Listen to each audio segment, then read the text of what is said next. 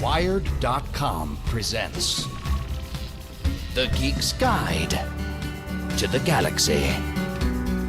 And here is your host, David Barr Kirtley. Hello, and welcome to episode 251 of Geek's Guide to the Galaxy.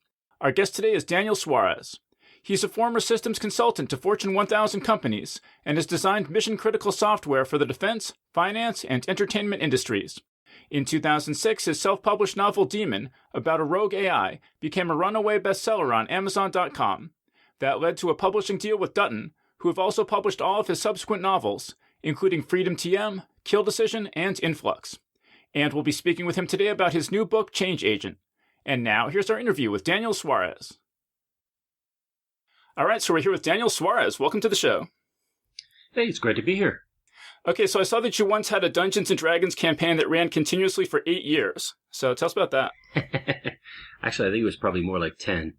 But I'd say 8 years solid, and then people go to college, they get jobs, and life starts to intrude. But yeah, I may have said this previously, but I like to think that that's where I started to learn to tell stories. Was being a moderator for a campaign and sustaining player interest. And one of the great things about D&D, this is tabletop D&D, same people, is it's a great focus group for your fiction because your friends are not shy about telling when you're not doing well. And so it's after a number of years of that, you really start to, I think, hone your instinct for how people react. And how you can sustain interest in a story over the long term. And I think if you're a gamer, you probably know the phrase Monty Hall. Yeah. You don't want to give them everything because nothing makes interest go away quicker. And of course, a story that's too hard, the same thing. So you have to ride this razor's edge. Unfortunately, it's not quite a razor's edge. There's a little fuzziness to it, but and adapting, being able to think on your feet, that type of stuff has all, I think, been proven to be excellent experience when it comes to writing. Yeah, I mean, do you have any incidents from your years playing Dungeons & Dragons that stand out as highlights? Jeez, where do I begin? I will say I won't have this devolve into a particular adventure, but I do remember one particular instance where my players, and by the way, my players, I still keep in touch with them. They're childhood friends. Now they're longtime friends. Some of them have very serious jobs. They work in defense, and I laugh about it, thinking now how they were in a fictional world. But my players, this is probably 5-6 years into the campaign. My campaigns, we didn't see 20th level characters. It was very important to me that there be danger and risk, that the players did not feel that they would survive, that they had to actually try to survive. And they died occasionally, and it was a big traumatic event when a character died. So I think the highest level anybody ever got was about 9th level, and that's after a long period of struggle. And at one point, they wanted to go on a dragon hunt, which was something that is, of course, very mythological, epic, and they wanted to do that. So they hired people to help them find an ancient red dragon. And what I enjoyed most about it, because I guess I have a logistics bent, was after this long struggle, very long struggle, many playing sessions where they defeat this dragon is, okay, now what do you do with this treasure? How do you move it out of this cave miles across? And it became sort of like The Man Who Would Be King in a way, where, okay, you've got access to this treasure. Now how do you get it out? How do you stop being robbed, attacked, and everything else? And that became a quest unto itself. And I think that was probably the most fun we had, was their surprise realizing that the adventure was not over. It was just beginning. So that's a prominent memory. Well, you mentioned, some of them went into the military and so on. Did you see any sort of pattern with their character class, like the fighter became a soldier and the rogue became a spy and the cleric became a doctor or anything like that? It's interesting you say that, because I like to think that I don't know whether it's people live up to their characters or their characters live up to them. Sort of like when people say that your pet starts to resemble you, or you choose a pet that resembles you. I did see that, because I played an NPC occasionally who was a rather studious type, and that was just my natural inclination. the big bruiser guy was actually the biggest bully in our neighborhood. He turned out to be later a sweetheart of a guy. He later became a Mennonite of all things, but he was quite a tough guy. And then in the game, that's what he wanted to play. So yeah, I would say they did somewhat mirror themselves. Now, he didn't wind up going in the military. Like I said, he's a bruiser guy, later became a Mennonite. But at the time, he was very much an athletic, tough guy. And as far as the intelligence person, I probably shouldn't even say what he's up to. Yeah, you can't mention what his D&D class was. That's classified. No, especially his alignment. Yeah, his alignment. Well, so you mentioned that you had this real interest in logistics. So tell us about the Weathermaster program that you wrote. Yeah, so what happened was, now, when I went to college, I got an English literature degree from the University of Delaware, and I always wanted to be a novelist. But I graduated in 1987, and I was always interested in computers and software. And, of course, what happened was the Internet really started to explode, and I was very interested in that at an early time. And as the dot-com boom started to explode, I became a computer consultant, and I wrote a lot of vertical market software for specific companies to do specific things. And I eventually acquired a logistics specialization. And of course, I required lots of certifications and things like that in development. And I eventually started my own company. And basically what I did for large companies was I helped to design production planning systems. And this was a very analytical process. It wasn't as creative. Now, it was creative at times, but I was doing a lot of real hardcore analytical thinking, optimizations, and I wasn't playing D&D or being creative as much as I wanted to be. And so what I decided to do, since I did not have the time to moderate a campaign for D&D, and I really couldn't find a good campaign to join as a player, because I guess I'm picky. I kind of like to be in a game where I don't feel the campaign is on rails. Where, you know, when you're playing a campaign and you feel that you're an outlet for whatever the moderator's doing and you're just there to hear it. I hate that feeling. And I run into that a lot. Maybe it was unlucky. But I did still want to keep my hand in the RPG arena. And I started thinking, why don't I write a version of the weather I created what was essentially weather matrices and rolling tables, because I found that weather was something that really affected all sorts of stories and myths. I mean, if you think about it, the wrecking of a ship from a storm, all of these things, I didn't want those in my campaign to be a matter of just me deciding or coming up with some half-assed version of it. And so I created a very methodical process by which I would determine what the weather is. And there were many, many times when that impacted the story. It impacted and changed everything, whether they could see a mountaintop, whether they could embark on a ship, all of these things. It really changed the story. And what I did was I put it into software and automated the process. And that was Weathermaster. I called it Weathermaster. And in 1999, I think I put this on the web, and I over-designed it because that's kind of how I do things. And what I did was I put a polymorphic encryption wrapper around this software.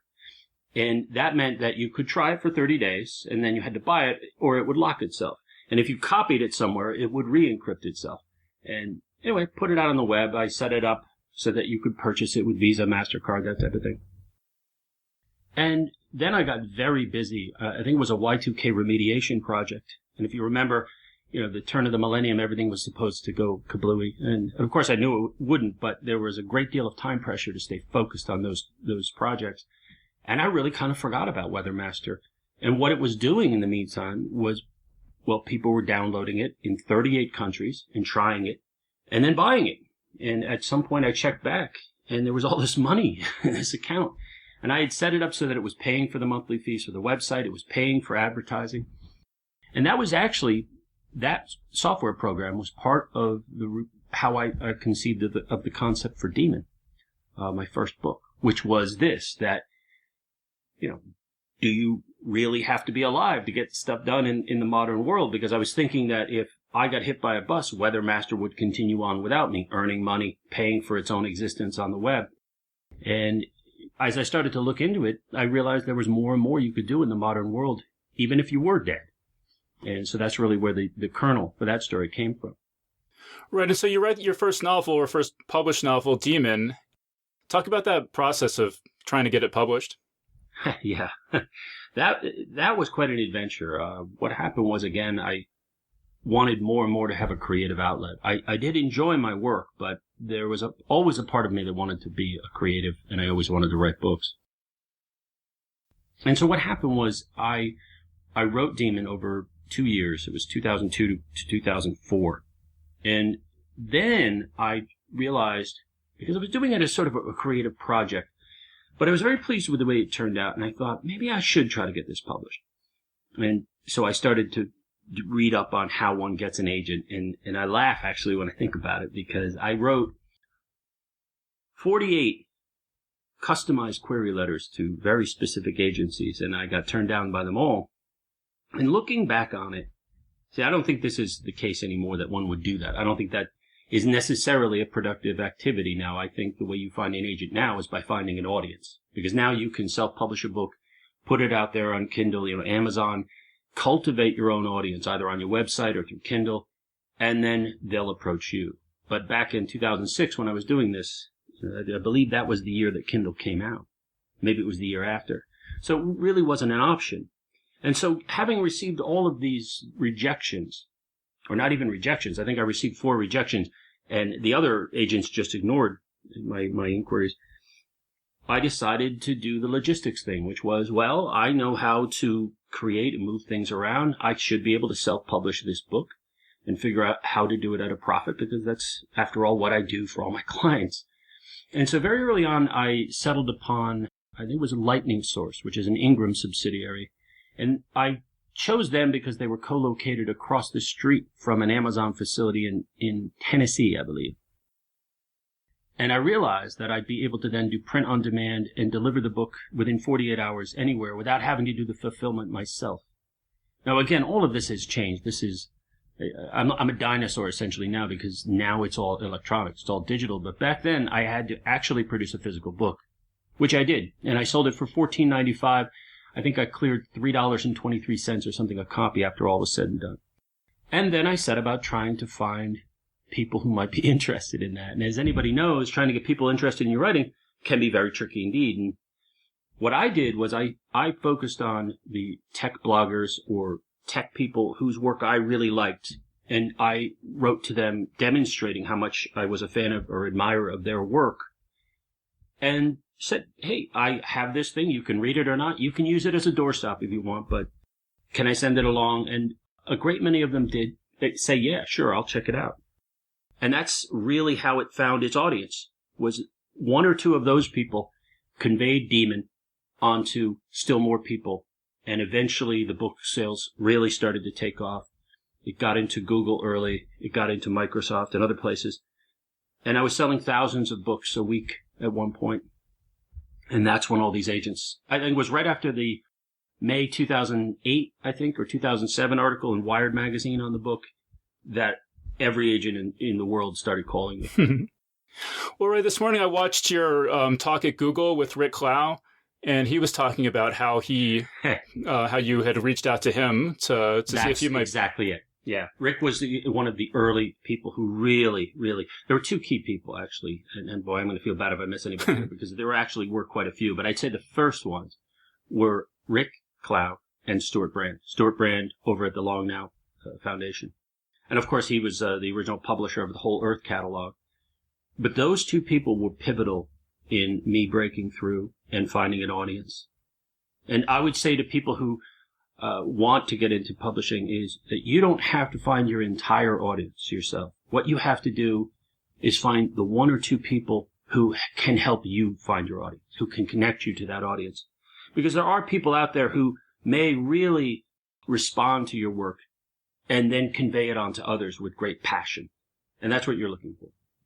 Yeah, I was looking at Rick's blog, and I don't know if you remember this, but in order to get that piece in Wired, it sounds like you had to send a copy of the book to the journalist that day. And so you emailed Rick and said, hey, do you have a copy of the book? Because I need to get it to... That's right, I did. He had a deadline. And I think the journalist was Josh McHugh. Yeah. If I'm getting his name slightly wrong, I apologize. Because he later also turned out to be a great guy. It was a big fan of the book and also, and just a decent person as well. But yeah, I think he had a deadline and he absolutely needed it. And Rick was working in downtown San Francisco, I think, at the time. He hadn't quite moved over from, or maybe FeedBurner, which was the startup that he worked as a partner with, had not yet been purchased by Google, I think. That's another fortunate coincidence, was that Rick's company got purchased by Google shortly after he liked my book, and he brought it in like a Trojan horse into the Google perimeter. So as you mentioned, then the Wired article came out, and then that really kickstarted everything. We don't have time really to talk about all your books, but I do want to get into this new one, Change Agent. You want to just talk about how this new book kind of came about? Sure. I think this new book, Change Agent, came about in the way that most of my books do, and that is that I am doing my usual routine research and trying to understand what's happening, what's coming in the world, because I've always had a really voracious interest, a curiosity about both technology and its effect on society. So this is something I do naturally. And in the course of finishing my last book and working on a short story, I did some research involving CRISPR. And the minute I heard about CRISPR, I thought, well, this is interesting, because the ability to edit DNA. Now, of course, CRISPR does this typically within an embryo. Although there have been tests with doing edits to monkeys' eyes, where they use a virus to affect edits in the eyes and give monkeys color vision, the ability to see red. And I started to think about what the possibilities were, because this technology is only since 2012. We're only 5 years into it.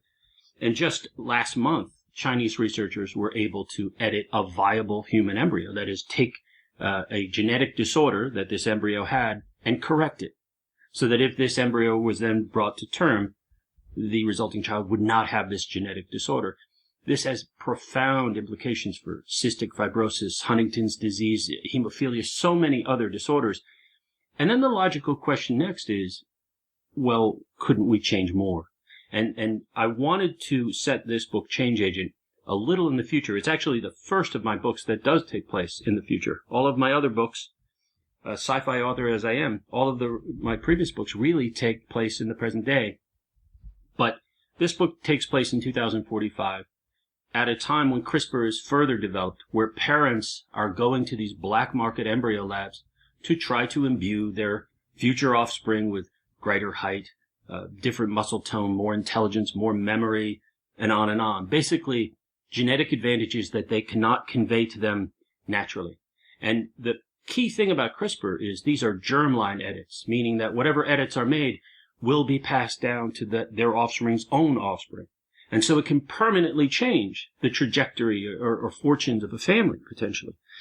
And I really wanted to unpack that and examine in this story, how would that change the world? But moreover, how would it change it if suddenly we had the technology and the ability to change adult organisms, which is the case here. In Change Agent, the protagonist, Kenneth Duran, is an Interpol agent, and he works on a genetic crime task force based out of Singapore. And he is trying to locate these illegal baby labs that are making very risky edits that could really mess with the evolution of humanity. And this is a very profitable criminal enterprise. And so these genetic cartels target him because he's so effective. And they inject him with a change agent that actually changes his genomic sequence into the person he's hunting. So this idea is also a myth. It's a recurring myth. It's an archetypical motif, this idea of an identity switch. And I wanted to bring it into the modern era using very real technology. And that's what I think was the key difference here is we may be looking in the next 30 to 40 to 50 years at a post-identity society.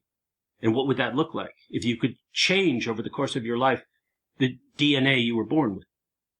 I thought that was really intriguing.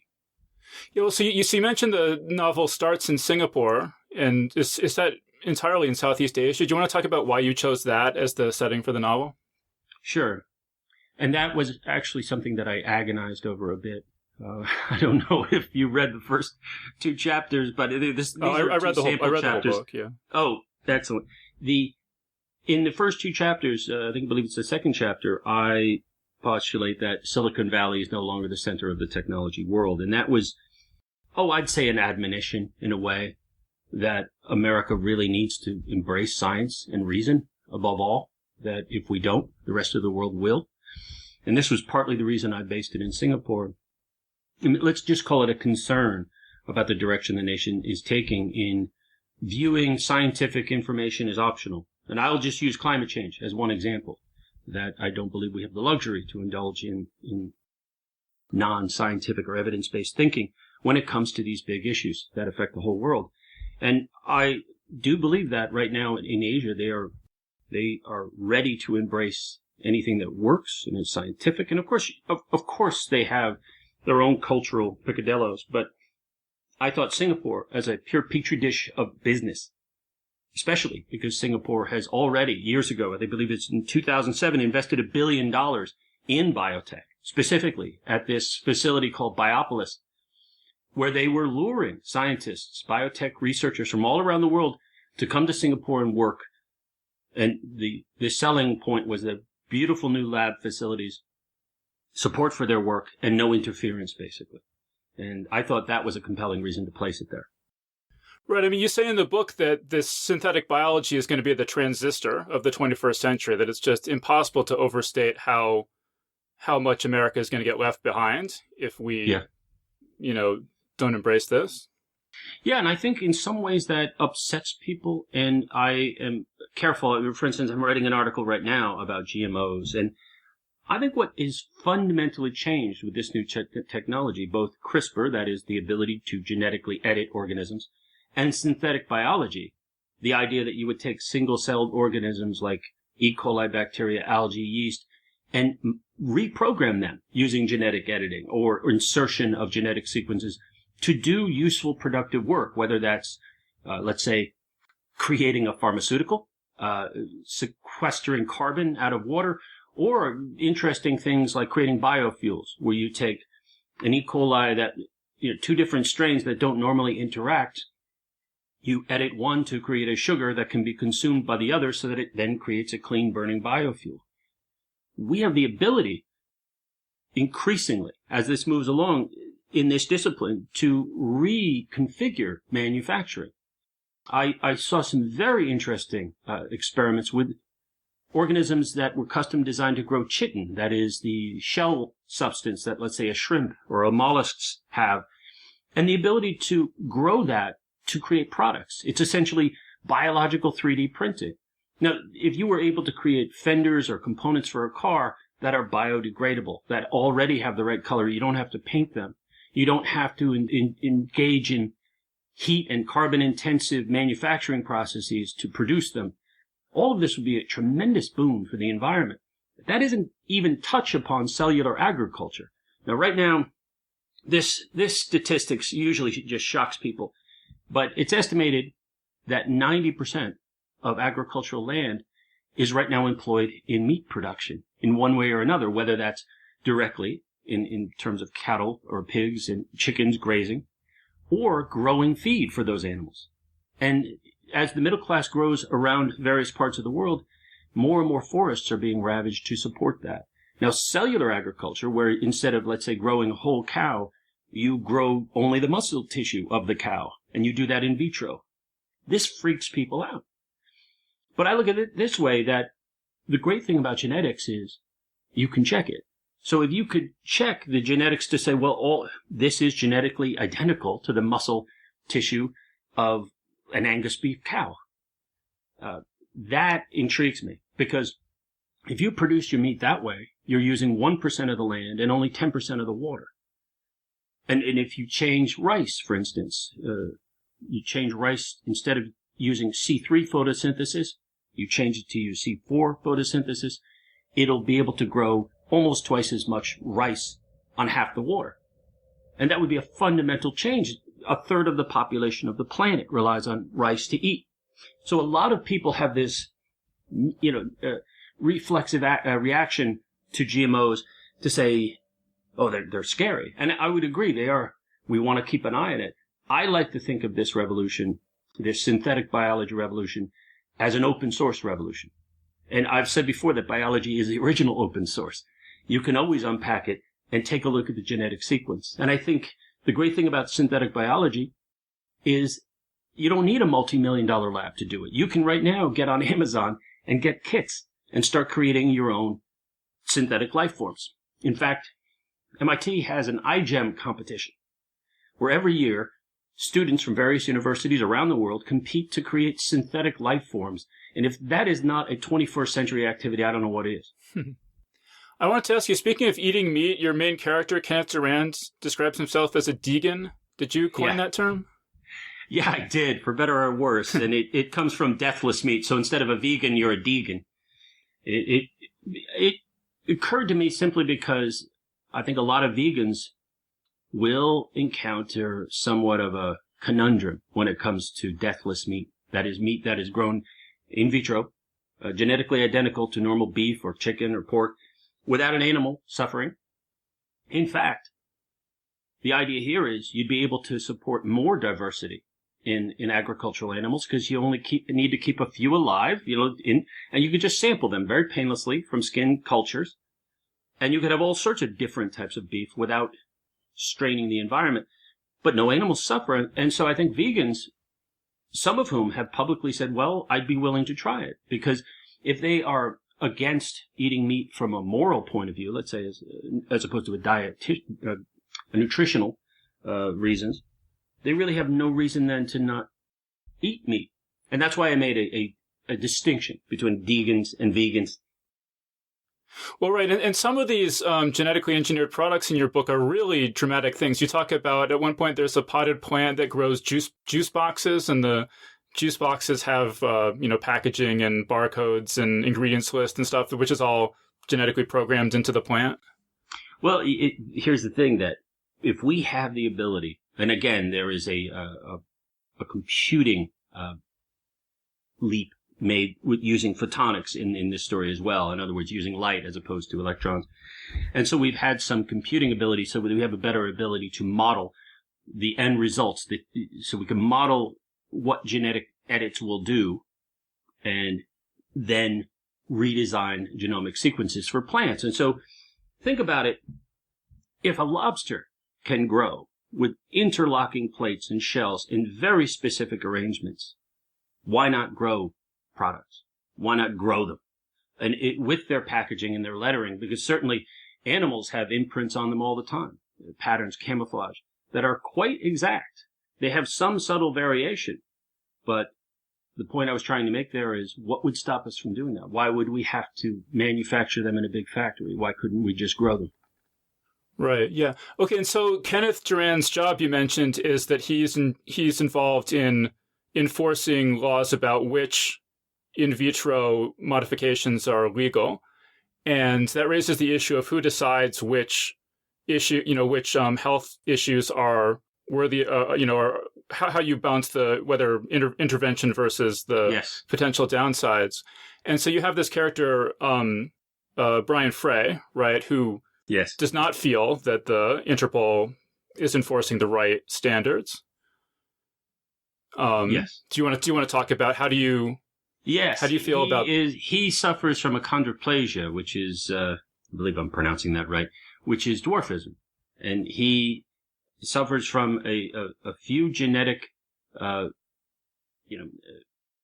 misprints, if you will, that caused him to have this dwarfism. And that's a particular type of dwarfism where you are phenotypically, you're normally proportioned or regularly proportioned, except for your arms and legs. And so he has a normal sized head and trunk of his body and so forth. But this is a guy who is a geneticist, is a genetic engineer, and he normally works in the process of creating some of the products that I just described, whether it's modifications for pets to make pets more lovable, or neotenic, which is cute, that is not mature looking. And of course, the idea here is that we can design things to be specifically appealing to humans, and that's part of what he does. But when he learns of this change agent in this story, which our protagonist, Kenneth Durand, has been inflicted with, he is very interested in helping him because he's hoping he can use it to perhaps make himself, as he terms it, phenotypically average, that is, to reach what would have been his normal height. And I thought that was interesting, that question of, if you could change yourself, would you? Because I think in many ways, a lot of people become accustomed to who they are, and it becomes part of their identity. And identity really lies very much at the heart of this entire story. Whether or not Durand is doing what he's doing because he's been changed or because of who he originally is a big question. And it's a recurring question. So, well, I mean, in that clash, though, between Durand and Frey, do you take a particular side? Or, like, do you feel like it's likely that the laws are going to be too conservative or are going to go too far initially? Yeah, I think what's going to happen is the same thing that happens every time. We try to ingest, and when I say we, I mean society, when society tries to ingest a new technology. And I would take as a perfect example, aviation. Aviation, the appearance of biplanes very low in the sky, flying over people's property noisily. And that upset people when this started happening. And it also upset the railroads because the railroads were delivering the mail at that point. And one of the early uses for these biplanes was doing airmail. And they could fly faster than planes. And what happened was the railroads started to set upon this idea of aerial trespass. And they started to spread this idea. Because prior to airplanes, when you purchased land, you owned the land and the air above it going up into the heavens. But now people were flying over that without your permission. And the railroads, of course, traversed the landscape like a wall going up into the heavens. And they made the claim that these airplanes were aerial trespassing over their right of way. And that was in an effort to try to get rid of the competition. And what happened was a series of lawsuits. And this is really what I'm getting at, which is whenever a new technology comes in, whether it be airplanes or brownie portable cameras, people get upset. They're not happy with the change, or they feel that their market for their products are threatened. And what results is a series of lawsuits that go through the courts and start to establish precedents over time. And in the case of aviation, all of those lawsuits over people getting harmed in airplanes, aerial trespass, you name it, all of these different things eventually started to build a body of law which set the foundation for the FAA. And the FAA started building these regulations. And what I like to tell people is regulations aren't always an enemy to commerce, because I think you would be hard-pressed to find somebody who'd be willing to get on an airplane that is not rated by the FAA. In other words, it created this foundation that everybody could use as a reference. And it basically gave companies that started to go into this new industry some protection for what they were doing. A general agreement after much debate and lawsuits and everything else in discord. They finally worked it out. It typically takes about 30 years. And so I think what's going to happen with an innovation as huge as the ability to genetically modify ourselves, to literally take control of human, animal, and plant evolution on this planet, there's going to be a lot of people who are going to have opinions about that. And so in my story, I have it that there is a UN treaty that most nations of the world sign on to.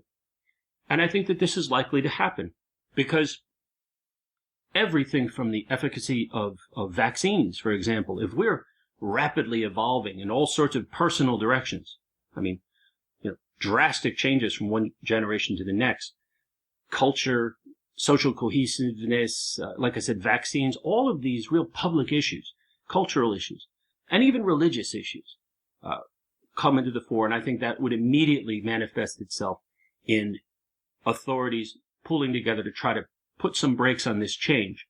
The issue, though, is remember, a CRISPR lab or genetic editing lab can be started for just $1,000 or so. And if you have the right skills, I think these will be popping up all over the place, with various black market labs offering possibly sketchy, risky edits, which, if successful, could dramatically change the fortunes of your offspring. So I think it's a real contentious issue. I think we're going to see it more and more in the news as the years go by, not less. Right. And so one of the things that comes up in the book is people doing really, really, unacceptable edits, like trying to create soldiers with no empathy or fear, Yes. with no capacity to question orders. So obviously there's going to be we're going to need some way to stop people from doing things like that. Oh, absolutely. And I think the best way, as with all technologies, is to pull it out into the light. In other words, we establish rules knowing that there will be those who will do it in the dark, who will experiment in various bad ways. But by putting forward a public policy, we aspirationally establish what is considered a norm. And I've done this before.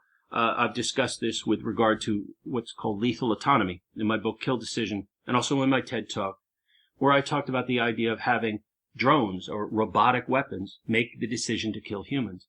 I don't think that is a good thing. I think it will have unintended consequences.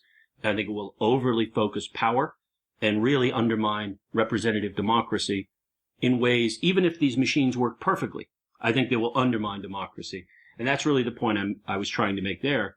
But again, do I believe that narco traffickers and despots and organizations like that will use lethally autonomous robotic weapons? Absolutely. I think they will.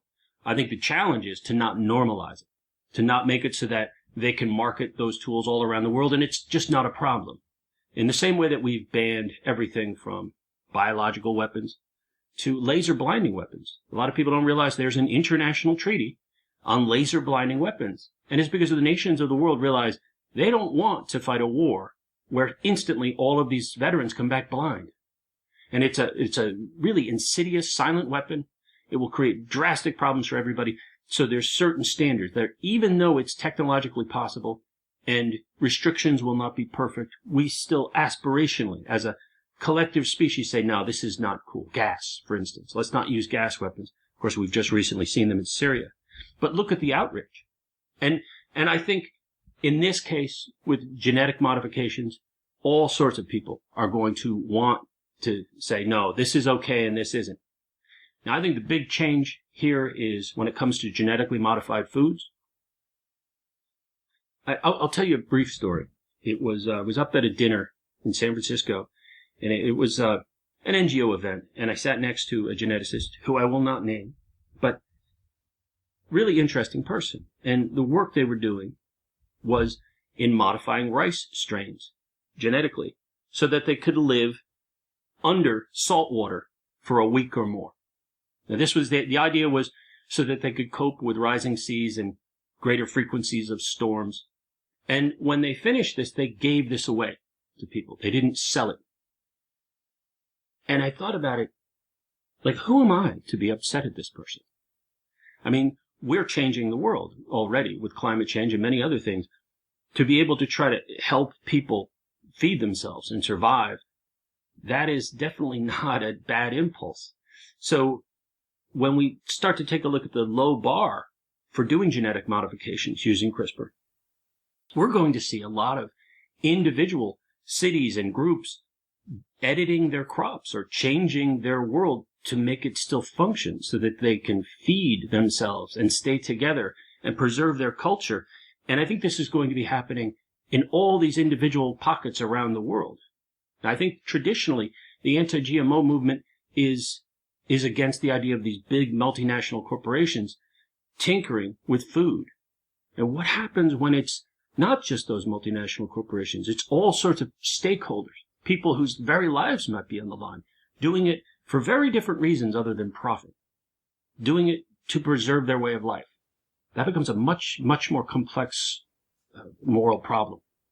Right. Well, and when you're talking about this genetically modified rice, that makes me think of the thing in the book that I had never really heard of before, but gene drive weapons, where you create rice that's kind of like a ticking time bomb and people don't know it.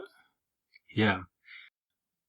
It's very interesting. I hesitate to do this because I will waste half a day of your audience if I say this, but I'm going to say it anyway because, that's just what I do. If you're curious about it, anybody listening, Google gene drive weapons. Although, maybe you should do it in incognito so you don't get put on a list. No, I'm kidding. But basically, a gene drive weapon is something that the Pentagon is very concerned about. Gene drives, I'll briefly recap. What happens is with sexual reproduction is you'll have roughly half the alleles, half the genes of the mother and the father come together to create an offspring that is not quite like either. And what this means is that a certain gene is not guaranteed to be passed down to the next generation. Well, with a gene drive, what you do is you modify it so that instead of having one gene, let's say a a mosquito. If the mosquito is susceptible to getting a certain Zika virus, for example, you edit it so that it cannot get the Zika virus. You take a mosquito that is resistant to it, and you move that resistance to both the male and female side. So when they reproduce, that trait is guaranteed to be passed down to all offspring. And then you go through several generations, and you build up a population in captivity, and you release them into the wild. And the thinking is, by not being susceptible to the virus, they have a survival advantage, but plus they have 2 copies of that in both the male-female side, meaning that it is an overwhelming advantage genetically and will spread rapidly through the entire population. Now, this can also be done to crash a population. You could, for instance, spread a gene drive that makes the resulting offspring infertile, that is sterile, so they cannot reproduce. And in the very next generation, you basically start to spread this idea where it dies. Actually, I think what they do is they spread a lethal genetic flaw so that it takes several generations and it weakens them, because obviously if you made it sterile, it wouldn't spread. But gene drive weapons can, for instance, you could spread a gene drive through food crops to make them less or nutritious or even poisonous. And so the crop might look identical, but the poisonous version begins to spread. Or you could make it so that it creates some other deadly pathogen or a virus. And by giving it this manual survival advantage to drive its way through the population, that's why they call it a gene drive. It's basically pushing its way through the entire population. You are radically transforming the genetic makeup of this species. Yeah, I mean, it's really scary. Speaking of this kind of scary stuff, I kind of want to go back to the super soldiers for one sec, because I had one other question about that, which is that I think a lot of people will watch, a movie like Captain America or something, and get a very exaggerated idea of what a super soldier could be. And you make the point in your book that there are just basic biological limits to what a super soldier could be, and it wouldn't really be maybe even worth doing. Yeah, well, I think the point you're talking about is where I make the observation that even an elephant can be brought down with a gun. So part of the idea here is that having good genetics doesn't allow you to bypass physics. And whether that's caloric restrictions, cooling restrictions, what have you. I mean, I like a good story as much as the next guy, but X-Men and the idea of a mutation giving you the ability to spit flames out of your eyes. Listen, like I said, it's really cool to look at. But when it comes to super soldiers, I think the abilities that would make you move through and succeed in life, whether that's the ability to be, tall, to be able to have greater lung capacity, greater mental acuity, greater vision, all of these things would be useful not just in war, but in everyday life. But that still doesn't stop you from dying when you get hit in the head by a bullet. So the whole super soldier thing, I think, is perhaps overblown in the sense that if you had 10 normal people without investing all this experiment, you could still probably be even more effective, rather than creating a strain of super soldiers who might then turn around and kill you anyway. Yeah. Well, so you mentioned this a little bit earlier, but that if it becomes possible to modify your DNA, not just in vitro, but actually on living organisms, actually, could you just parenthetically, how far away are we from that? Is that total blue sky stuff, or is that coming? Well, I think, again, more Google fodder. If your listeners Google XNA, genetics, basically, expanding the number of nucleotides or sugars that can be used to create organic molecules. This has already been done. I think they've done 6 or 7 of them now. Maybe it's 8. But what's interesting about doing this, designing this type of life, is you can create cellular machinery that does not interact with our normal genes. So in many ways, it's invisible. So the idea is researchers are starting to think we could use this as cellular machinery that could affect changes within us. Could be used as a virus. Now, of course, this is tremendously dangerous in one way, in that if we create cellular machinery that our immune systems don't respond to, that could be very damaging, and it could create horrible pathogens. So, like I said, we have this razor's edge that we need to walk, and we're not going to be able to put this back in Pandora's box now that we're starting to do this. We have reached the point, I think, in our technological development where this is going to happen, and it's how we deal with it is the issue. But when it comes to the possibility, I earlier mentioned that researchers, it was in 2015, December 2015, I think it was University of Washington, researchers used a virus, it was an adenovirus, I believe, that they injected into squirrel monkey eyes to modify the cones in their eyes genetically so that they could see the color red. And of course, they proceeded to do experiments where the monkeys were reacting to the presence of red that they did not see earlier. And so they confirmed this. And this research is continuing. But this was a living organism that was modified genetically. The eye is very particular to this research because in many ways it's a self-enclosed ecosystem within the body. Changes can be made more readily to the eye without accidentally transferring to other parts of the body. And I think that's one of the big obstacles right now that they're working through is how do we only change these certain things? But viral vectors are basically what they're looking at as the way to spread these throughout the 5 trillion cells of your body. So blue sky, I wouldn't say it's entirely blue sky. I would say it's near the horizon. And whether or not it works perfectly, I think we're going to start to see some early incarnations of it within the next couple decades. Right, but so you make the point in the book, which I thought was really interesting, is that so much of our enforcement of social norms is dependent on being able to identify people basically through their DNA, like what they look like and everything, and their fingerprints, and also, DNA sampling for crimes and things. And if it's possible to reprogram your DNA in real time, does that risk turning, as one character puts it, the whole world into an internet chat room where people feel like they can just do anything with no repercussions? Well, a great deal of society is about consequences, about how your actions follow you. And that is how we build societies. And of course, societies straight around the world exist. It is deeply evolved into our circuitry. And deeply evolved into our visual circuitry in our mind is the human face. The human face, the amount of processing that goes into identifying people is extraordinary. That real estate on a human body is somewhat mystical to us. It conveys identity. It also conveys the idea of an other behind that face. And it is deeply emotionally powerful to us. Someone changing their face really subverts a lot of that circuitry.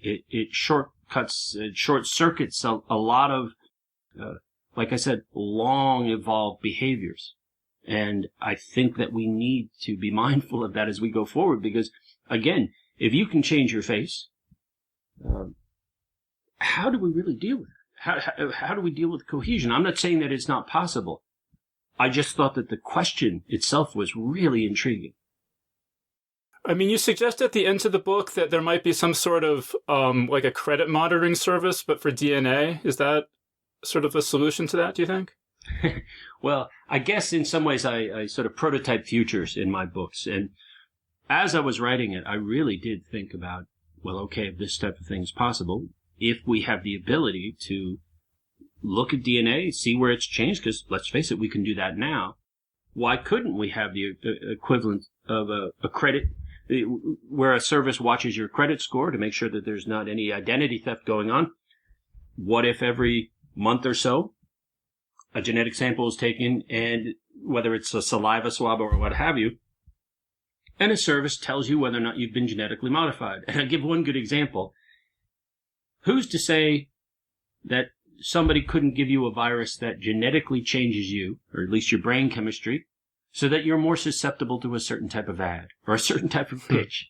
Now, this is not unprecedented. There are parasites in the world that do things like this to insects, that cause ants, for instance, to climb up to the top of a blade of grass. It changes their behavior to make them so that they're more likely to get eaten by the ultimate target of the parasite, to get into the gut of some bird or something like that. Now, that can happen in the wild. Certainly, this type of behavior could occur to us, to make us susceptible to some pitch to purchase or buy some product or some investment. And so it would be interesting to get a report at the end of the month that says, oh, you've been infected with this investor's virus. We're going to try to remove it. And I just thought that was interesting. Wow. Okay, so I really want to talk about the character Otto. I don't know if this is too much of a spoiler or not. Do you think we can talk about Otto? Let me think about that. Yeah, I wouldn't even call it a spoiler, although let's be careful about towards the end, I mean, it's tricky because I'd love to talk about him. As long as we don't go too deep into it. Okay, maybe should I just give a spoiler warning that if you're concerned about spoilers, maybe read the book before you listen to this. Yeah, why don't we do part. that? Why don't we do that? Because I'd say that Otto's reveal is, I think, within the context of the story, particularly rich. So don't listen if you want to read the book, which is to say, just read the book and then listen to it. Yeah. Okay, so I could read a whole book about this. I thought this is such an interesting. I mean, I had come across this idea of chirality in organisms in the context of settling extraterrestrial planets, that we might end up on a planet that had the opposite chirality and not be able to eat anything on the planet, for example, which would be really bad if you're a explorer. Yeah. And it's been in existence as a concept in science fiction for decades and decades. I mean, ever since chirality was really discovered. Mm-hmm. I don't know. I've read a lot of science fiction. I don't remember ever seeing the idea of just genetically engineering human, what do you call them? Enantiomorphs? Yeah, enantiomorphs. And by the way, let me be clear. When I say it was present in science fiction, it was present in the sense that you just described, which is either life on some other planet or what have you, an organism or a cell. Because there are only single-celled organisms, I believe, on Earth. There's one or two, and they're very isolated. They're like down in some deep Mariana Trench type thing. We don't really have any life on Earth. Certainly not complex life. That is, I keep forgetting. Is it Devo and Lexa? I forget which one's which, but you know what I'm saying. There's left and right-handed life. Basically, the orientation of the molecules. Right. So for listeners, so this character Otto has been genetically engineered to have all his molecules have the opposite handedness, so to speak, of everything else on Earth. And do you want to just talk about what some of the implications of that would be for him? Well, the implications of that would be that he would be inert to other organic, organisms. So, for instance, he would not be susceptible to viruses or illnesses or poisons that would interact with us biologically.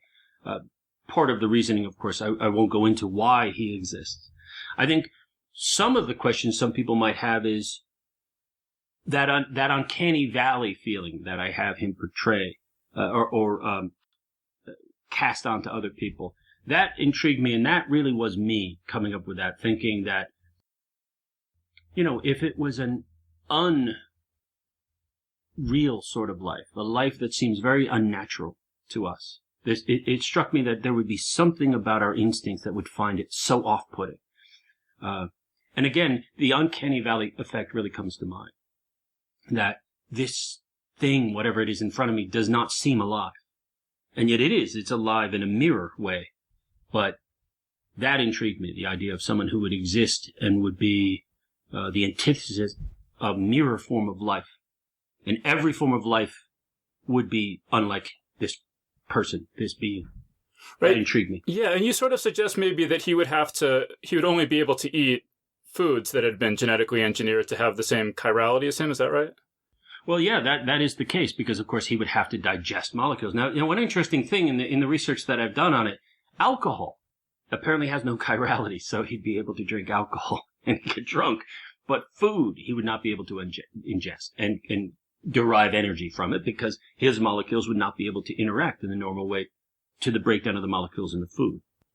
Yeah, that's so interesting. Like, as I said, I could read a whole book about that idea. I think that's so interesting. No, maybe give me an idea. I also want to ask you, you mentioned near the beginning global warming, and there has not been a lot of good news on that subject for a long time, but there's this idea that you maybe could engineer E. coli bacteria to do carbon sequestration. Does that make you any more optimistic about our prospects for surviving global warming? It does. But at the same time, we have the worries about gray goo. Now, this is not nanotechnology, so we're not talking about mechanical machines spreading throughout the seas and creating the classic gray goo. But at the same time, tinkering with organisms in rapidly changing environments, we really have to be careful. Because releasing things into the wild, of course, we've had some bad examples of us bringing external species into places like Australia, or invasive plants, kudzu, and I can't remember the name of that fish that's up in the Great Lakes now. And that's not even at the biological or genetic level. That's just introducing species where they aren't originally, and it can create havoc. I think our big challenge right now is we're starting to see more and more climate havoc. So the clock is ticking in a way that we have to really start to, I think, acquire mastery of DNA. I think we have a fuse burning on that. And I think it will give us the ability to correct some of the damage we've done. And even, of course, de-extinct species that we may have. I mean, already, I don't know if you've read a book called The Sixth Extinction. It's a fascinating book. But we're expecting 40% of the species on Earth to be gone by 2050. I mean, they're already dropping off at a drastic rate. I mean, right now. And that's not speculation. They are. And it has to do with lost environments, both humans encroaching, the changing acidity of the seas. I mean, these are all factual things. And if we can fix these by using the types of, let's say, synthetically designed organisms that you just discussed, can we then use this genetic technology to reintroduce the species now that we've, let's say, rehabilitated the ecosystems in which they used to exist? So I think all of this is of a piece. I think our mastery of DNA, of synthetic biology, all of these things will help us grapple with climate change and lots of other changes that may come down the road. Well, right. And on that subject, another thing that comes up in the book that kind of blew my mind is this idea that, if I read it correctly, that people might start genetically engineering themselves to be better adapted to the changed climate or the changing climate. And then you would actually have a constituency in place with a vested interest in not getting things back to the way they were, because a special interest group protesting on the courthouse steps saying more methane in the atmosphere. Yeah, something like that. Yeah, possibly.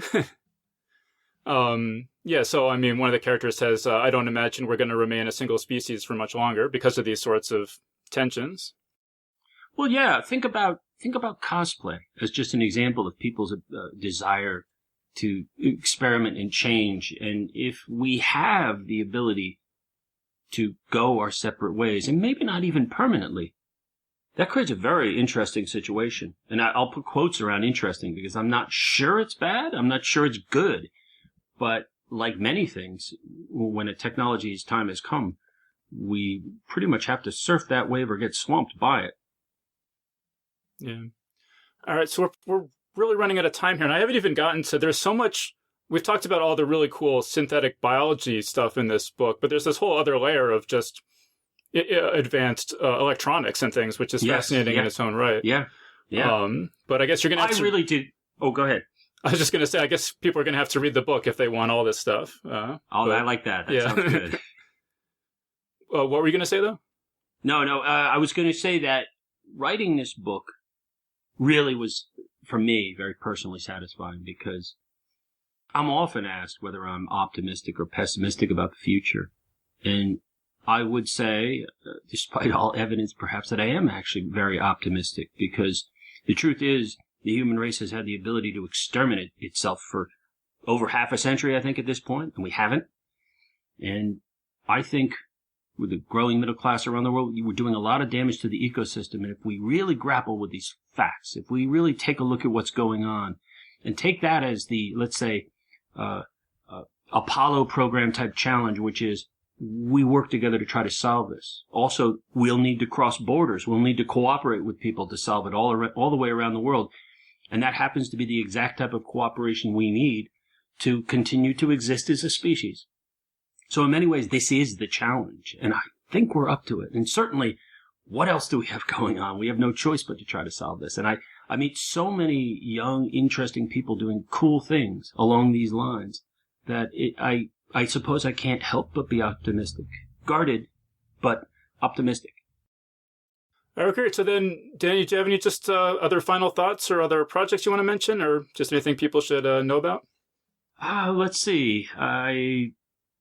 Well, obviously, I don't typically talk about the next project I'm working on because of the nature of the web. I will say I really did enjoy writing this book, and I hope your listeners enjoy reading it.